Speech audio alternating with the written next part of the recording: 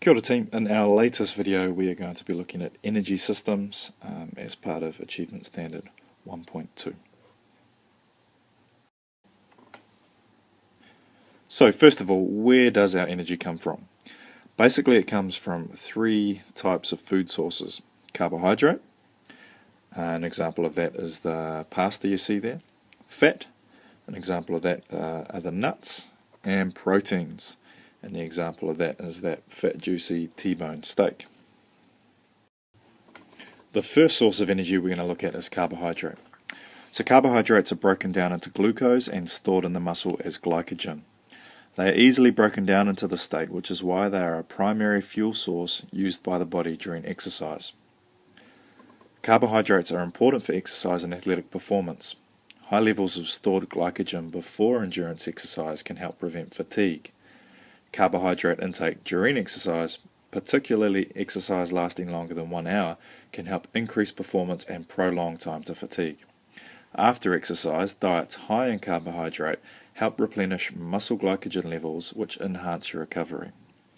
Examples of good carbohydrates include vegetables, beans, fruit, and whole grains, such as those found in breads and pasta. There are some bad carbohydrates, and they're considered bad because they're broken down by the body too quickly to provide an adequate source of nutrients, vitamins, or energy. Examples of bad carbohydrates include soft drinks, cakes, cookies, chips, and alcohol. These bad carbohydrates should be limited to special occasions, and excessive consumption of them can lead to weight gain, increased risk of diabetes, and an increased risk of heart disease. Fat is twice as energy dense as carbohydrate or protein, providing 9 kilocalories per gram as opposed to 4 kilocalories per gram for carbohydrate and protein. Along with carbohydrates, fat is the primary source of energy at rest and during exercise. Although many people think of dietary fat as something to be avoided, fat is important for athletic performance and good health. Examples of some good fats include nuts, avocado, olive oil, and oily fish. These are called monounsaturated and polyunsaturated fats. Examples of bad fats include fatty meats, chicken skin, cream, cheese, ice cream, fried food, cakes, pastries, and donuts. These are called saturated and trans fats. As nice as some of these foods sound, these bad types of fat can increase your LDL cholesterol levels, which isn't good for your health. Proteins are broken down into amino acids. Amino acids and proteins are the building blocks of life. Proteins are used for energy when the body is in starvation mode. Protein is a nutrient that is critical to both the structure and function of the body. It is more appropriate to use the term proteins rather than protein because there are a multitude of proteins in the human body. Prior to the 20th century, many cultures believed that consuming the meat of an animal resulted in a direct transfer of that animal's strength and prowess to the athlete.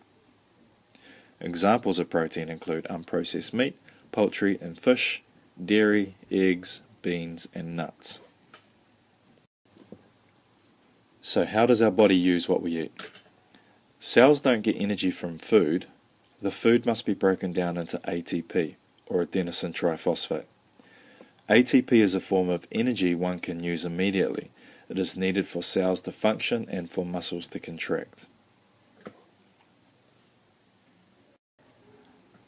This image shows adenosine combined with the 3 phosphate bonds, which make up ATP, or adenosine triphosphate.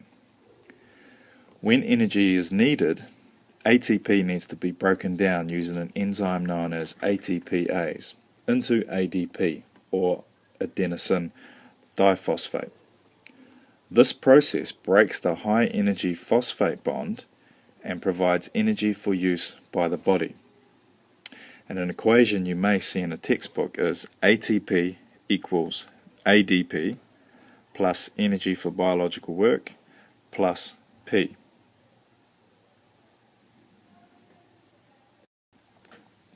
Considering energy systems, the human body has 3 main systems for producing energy for our physical activity.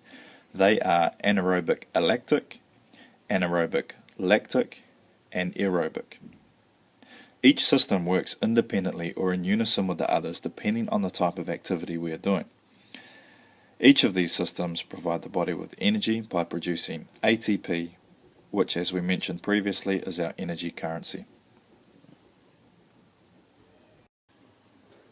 The anaerobic lactic system is also known as the ATP-PC system. Small quantities of adenosine triphosphate and phosphocreatine are stored in muscle and are used quickly. This system is mainly used for explosive sports. Activities requiring less than 30 seconds of maximal effort, such as weightlifting, jumping, throwing, 100-meter sprints, and 50-meter swims. It's used as an ignition for all types of activities. The activity is so brief that no oxygen is required to produce energy and no byproducts are created. The ATP-PC energy system is like being in first gear when driving a motor vehicle. It is needed to get you going in a hurry. The problem is you can't travel very far in only your first gear. The anaerobic lactic system creates energy for the body by converting glucose into ATP without the use of oxygen. This source is mainly used for short sports or activities requiring less than 3 minutes of effort, such as gymnastics, 200 meters to 1,000 meters running events, 100 to 300 meter swimming. This system differs from the alactic system since it creates lactic acid as a byproduct. Lactic acid decreases the pH in the muscles and makes them less efficient or shuts them down. Lactic acid buildup is the pain you get in your muscles when you have run out too fast for too long. The transition from the ATP-PC system to the lactic system is like moving from second gear into first gear while driving a motor vehicle. This system will keep you going for a longer period of time until you can eventually move into your third gear.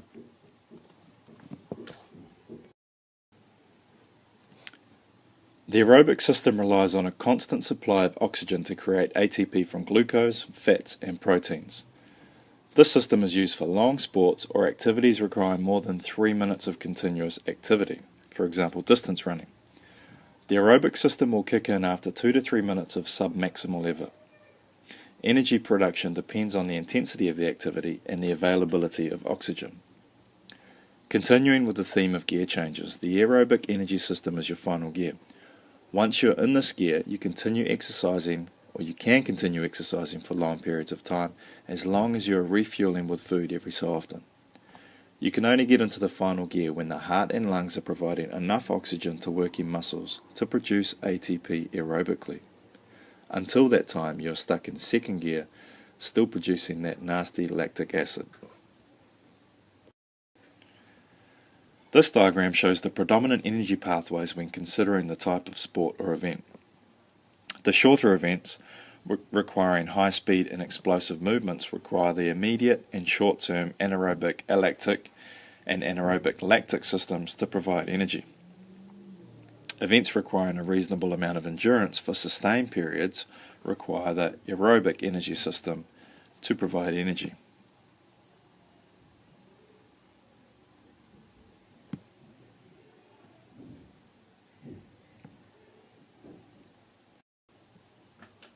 The type of energy system used and the interplay between them depends on the frequency, duration, and intensity of the activity and the fitness levels of the individual. This chart shows examples of sports that use anaerobic and aerobic systems as their predominant energy source, but also in the middle, sports that require a mixture of energy systems.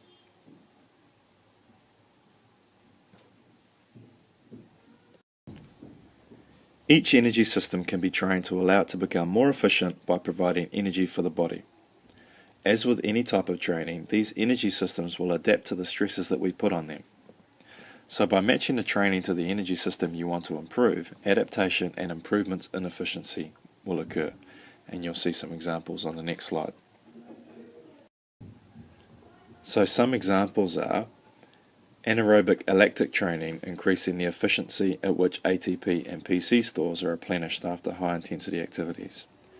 Or anaerobic lactic training, increasing the lactic acid threshold of the muscles involved. Or aerobic training, increasing the efficiency at which oxygen is absorbed and utilized by the body.